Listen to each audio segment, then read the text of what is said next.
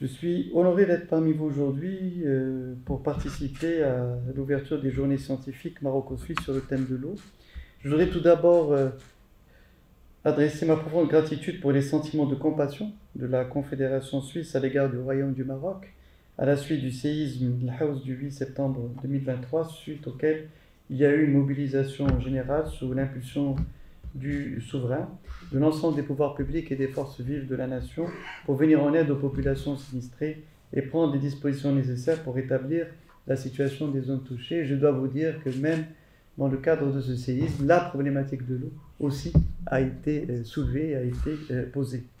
Je voudrais également dire que je suis particulièrement heureux d'être ici au niveau de l'université Mohamed V, que j'ai commencé mes classes au niveau de cette université, et c'est une université prestigieuse qui a donné beaucoup d'apports dans le plan de la recherche, sur le plan de la recherche scientifique, la technologie, au niveau du renforcement des disciplines, des sciences juridiques, économiques, sociales et politiques, et qui a donc pu apporter beaucoup au développement du pays.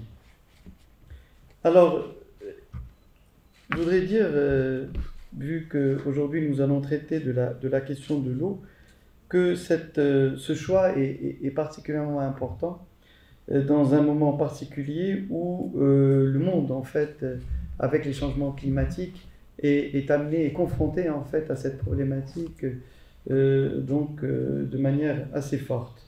Et je dois dire qu'aujourd'hui, nous avons encore plus besoin de développer de la recherche scientifique dans ce domaine, de la recherche appliquée, de l'innovation et de partager en fait les expériences, mais aussi les bonnes pratiques afin de créer des synergies et des passerelles entre décideurs politiques, chercheurs scientifiques et développer les opportunités de coopération entre nos deux pays.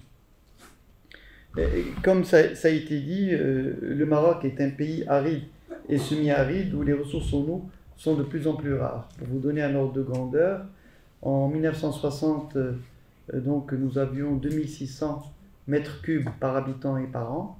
Aujourd'hui, nous sommes à 603 mètres cubes par habitant et par an. Et nous allons vers 500 mètres cubes par habitant et par an à l'horizon 2030. Donc nous sommes dans une logique d'accélération, de baisse, je dirais, de nos ressources hydriques de manière assez importante. Ce qui fait qu'aujourd'hui, il est essentiel en fait de nous positionner et d'agir pour pouvoir y faire face. Il se trouve que Sa Majesté le Roi Hassan II, que Dieu ait son âme, donc a été le premier à initier en fait la politique des barrages dans les années 60, qui nous a permis aujourd'hui d'avoir 152 barrages avec 20 milliards de mètres cubes de capacité de stockage. Et nous continuons sur cette voie avec Sa Majesté le Roi Mohamed VI, avec 20 barrages qui sont en cours de construction pour arriver à 26 milliards de mètres cubes à l'horizon 2030.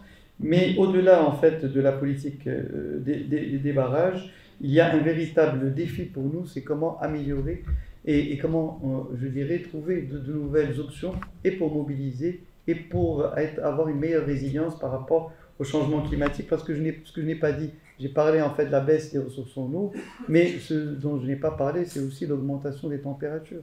Et nous sommes déjà à 1 degré donc par rapport aux températures normales de plus. Donc nous nous rapprochons, je dirais, de la problématique globale qui a été posée par le GIEC et qui a été posée dans les accords de Paris. Et nous y allons à grande vitesse. Le mois d'octobre, nous sommes à 8 degrés de plus par rapport à la normale au courant de ce mois. Donc tout ça pour dire, évidemment, l'évaporation, toutes les implications que cela peut avoir sur notre agriculture, sur notre vie quotidienne, en fait. Et c'est la raison pour laquelle le souverain a mis en place toute une feuille de route qui a été présentée en octobre dernier à l'ouverture du Parlement pour pouvoir faire face à ça. Pourquoi le besoin de mettre en place cette feuille de route?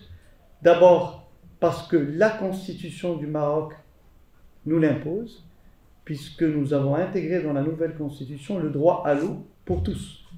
Donc il faut veiller à ce qu'on puisse, comme l'a rappelé M. le Conseiller fédéral, veiller à ce que l'eau soit abondante pour tous. Et ça, c'est une première difficulté, d'autant plus que nous avons, comme vous le savez, une dispersion très importante. 53% des ressources en eau sont mobilisées par 7% du territoire. Donc ce qui dit, quand j'ai parlé de 600 mètres cubes par habitant et par an, ben, il y a certaines régions où il y a 100 mètres cubes par habitant et par an. Donc il y a une vraie inégalité donc, en matière hydrique qui est très forte. Deuxième chose, c'est qu'aujourd'hui, nous voulons aussi, le Maroc a été précurseur et on s'est mis en place dans le cadre d'une INDICI, donc de notre contribution nationale donc, déterminée, nous avons mis en place des objectifs ambitieux et nous inscrivons dans la durabilité, d'où la mise en place de la stratégie nationale de développement durable qui s'inscrit dans ce cadre-là.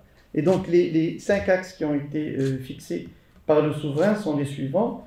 Tout d'abord, donc il s'agit de renforcer la mobilisation des ressources en eau conventionnelles par la multiplication donc, des grands barrages dont j'ai parlé, mais aussi par la multiplication des petits barrages. Nous avons lancé déjà 129 petits barrages et en tout, on aura 300 petits barrages qui seront lancés qui seront réalisés au courant de cette législature.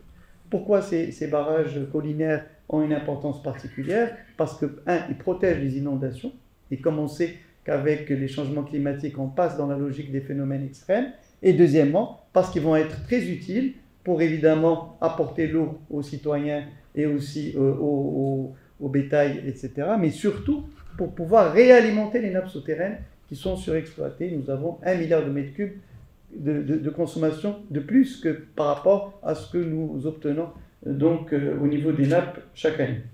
Deuxième élément important, renforcement de la mobilisation des eaux et aussi le développement des transferts interbassins.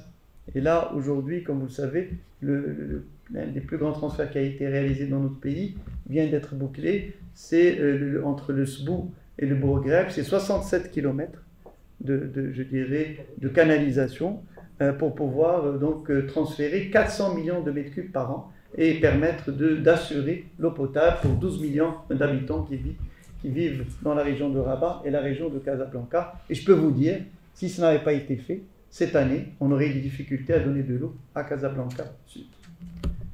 Troisième élément important dans cette logique, c'est aussi le développement des ressources des eaux non conventionnelles par le dessalement de l'eau. Comme j'ai eu l'occasion de le dire, nous allons passer de 145 millions de mètres cubes d'eau dessalée à 1,3 milliard à l'horizon 2030. Donc il y a un véritable développement. On aura 10 nouvelles stations, dont la plus grande à Casablanca, avec 300 millions de mètres cubes, qui sera attribuée très bientôt, et qui va démarrer bientôt. Mais il y aura aussi Nador, il y aura toutes les villes côtières. Finalement, on aura en fait à l'horizon 2030, plus de 50% de l'eau potable proviendra du dessalement. Sans parler de la réutilisation des eaux usées. Donc, comme l'a rappelé monsieur le conseiller fédéral, aujourd'hui, les entreprises suisses sont les bienvenues pour apporter leur contribution à ces grands projets importants qui ont été lancés par le souverain. Mais il y a aussi la gestion de l'eau et de la demande de l'eau, et c'est la problématique majeure que nous avons. Alors, à ce niveau, il y a la problématique des canalisations, parce que nous avons des pertes majeures, et donc il y a la question d'efficience hydrique qu'il s'agit de développer. Il y a le changement de comportement par rapport à l'eau, et ça c'est un travail de longue haleine, c'est un travail de culture, c'est un travail d'éducation, c'est un travail de droit, de justice, mais aussi de communication, etc., de sensibilisation pour y parvenir, sans parler aussi de ce qui se fait pour la préservation des eaux souterraines avec les contrats de nappe et le développement du système d'information pour mieux maîtriser tout ça. Donc c'est autant de champs d'application, de recherche, d'innovation pour pouvoir répondre à cette attente.